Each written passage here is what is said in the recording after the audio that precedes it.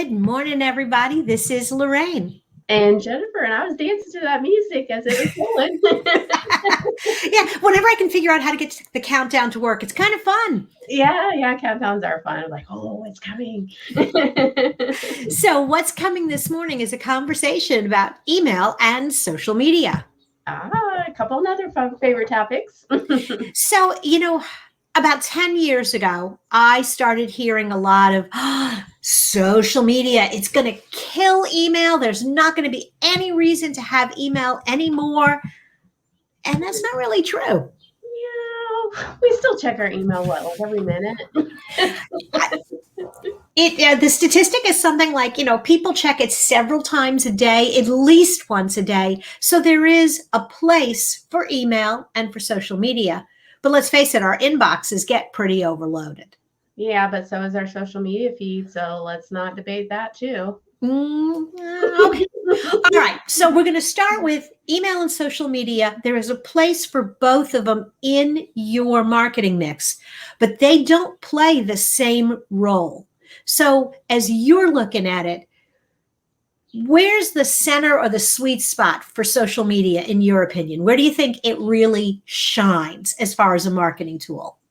I think it really shines in engaging with your audience. It's like going up to a networking event and having a conversation with people who potentially use your product and services or maybe don't, and they're just getting to know you. So you really got to have your brand come out and who you really are, responding to customer service. Like that's where I really think social media plays in. I absolutely agree. I used to say, and you know what I still say, social media is a lot like going to a singles bar. You're going to get out there. You want to wear your best dress. You're going to meet a lot of nice people. But your end game is to bring your date home. Yeah. And get them.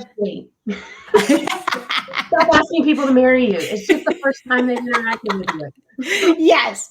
But your goal is to get that one person who's really interested in what you have to say out of the crowd, away from the noise, away from the distractions, so you can have a more intimate conversation. And that conversation is going to happen on your website and it's going to happen in your email. Yeah. Email is where we get real personal. Like you've given up your email now. So yeah, but that's where there was a time when people just dumped anybody and everybody in their email list. And number one, you can't do that anymore because there are much higher spam filters. I can't buy a list. We're going to come back to that. I can't buy a list in just a minute. But because I even just had that question again yesterday. But email is where you're having a more intimate conversation with people who already know you. And so that allows you to present different information. You don't have to start at ground zero with, hi, I'm Lorraine Ball. We haven't met, because we have by now. You mean I need to treat people differently based on how they know me? Okay, yeah, two good points. So let's go to the first one. No, you can't buy an email list. Well, you can. There are people that will sell you email lists. And if you're thinking about buying one, what I would suggest is whatever the price is, $5, $500, go to the bank, take out a withdrawal in cash for that amount of money, go sit on the front lawn of your business and light that cash on fire, because you will get more attention and a better result than you're going to get from that purchased email list. But it's so hard to build a list, Lorraine. Yes, it is. But the legitimate email tools, you know this, they're wise to that. You load up a list and they start scanning and reading the email addresses. And if they identify a lot of addresses that keep popping up on these purchase lists, they're going to delete your whole list. And so now not only have you lost your investment, but if you've added those contacts to contacts that you legitimately had the right to mail, gone. And your domain. It's Mhm. associated with your domain. So it's not just like, hey, let's give it a shot. It's a really risky game to play. Same thing with like buying people to like in social media. Like, it just doesn't, like, why? Like, We had we had a client that whoever, and I felt really bad for him because he came to us and he said, okay, I have got a ton of followers on Instagram. I've got a great email list. Put together a campaign for us. So we looked at his numbers and we went, wow, 10,000 followers on Instagram, 10,000 email addresses. Yeah, he's got a good. not good. And no, 9,900 of the email followers were from somewhere in Brazil. And he was a Washington, D.C. based company. Yeah, and I feel like influencer marketing is really what kind of got people on that bandwagon, because people wanted to show that they had a lot of followers so they could be part of the influencing marketing. And yeah, just not good. No, and actually, I think Instagram started hiding. You can't as easily see how many followers somebody has, or how many. You can see if your friends liked content. So a lot of these games, good morning, Benny. Hi, Benny. Yeah, hold on, Nick. Benny can be part of the show always. Yeah, always. Come here, baby. All right. Say hello. Yes. Hi, Benny. The joys of being a cat lady working from her home with feline assistance. Yes. Stress relief. Yes.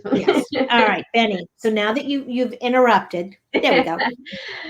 So there we go. Together, one thing I think about, obviously, I kind of a lot of times go to the ad world. I don't know if people realize, but you can actually upload the email list that you have into your social media ads, and you can target people, because sometimes they might not get your email in that inbox, but you can make sure they see it when they're scrolling through their social media. Well, see, I love the way those two things work together. And also, you can either target people who are on your email list, or this is my favorite for a lot of my home service clients, upload your customer list and then say to Facebook, hey, I would like to find this. There are 1,000 people on this list. I want to find 1,000 people or 2,000 people that look like these people. Yeah. Let's clone this list. And so I think that's a really great way for email and social to kind of work together. Yep. All about having a conversation with somebody, right? Absolutely. And it also, it's not just having a conversation, but it's having conversations, I think, with the right people. You target with social, they join your email list. Now you've got an email list and you can identify who's opening, who's clicking, who's engaging, and then you clone those people. You go back and you look for more like them, and you start to get into this virtuous circle. I was just having a conversation with someone. They were looking at this like keyword research, and they're like, yeah, we want the 10,000 one. I'm like, I know, but the 5 one is exactly who you want to talk to, search volume, not the 10,000. Yeah. I had somebody on More Than a Few Words podcast, and he said something. He said, you don't need 10,000 people to come to your website. You need one person with a checkbook, or 2 people with a checkbook. The right people. Yeah. So, and I think that when you effectively use email and social together, you get more of that. Absolutely. Cool. All right, guys, we're going to wrap for this week. We'll be back next week, and really check the schedule, because over the next few weeks, we've got some great guests from around the country. And then there'll be some weeks where it's just Jennifer and I. And I would check out the Digital Toolbox, because you've got some great resources on there, like learning about email marketing. So if you're trying to do it on your own, great place to go to. And when you're done trying to do it on your own, go to elevatedmarketing.solutions and learn more about what Jennifer does. All right. We'll see you guys.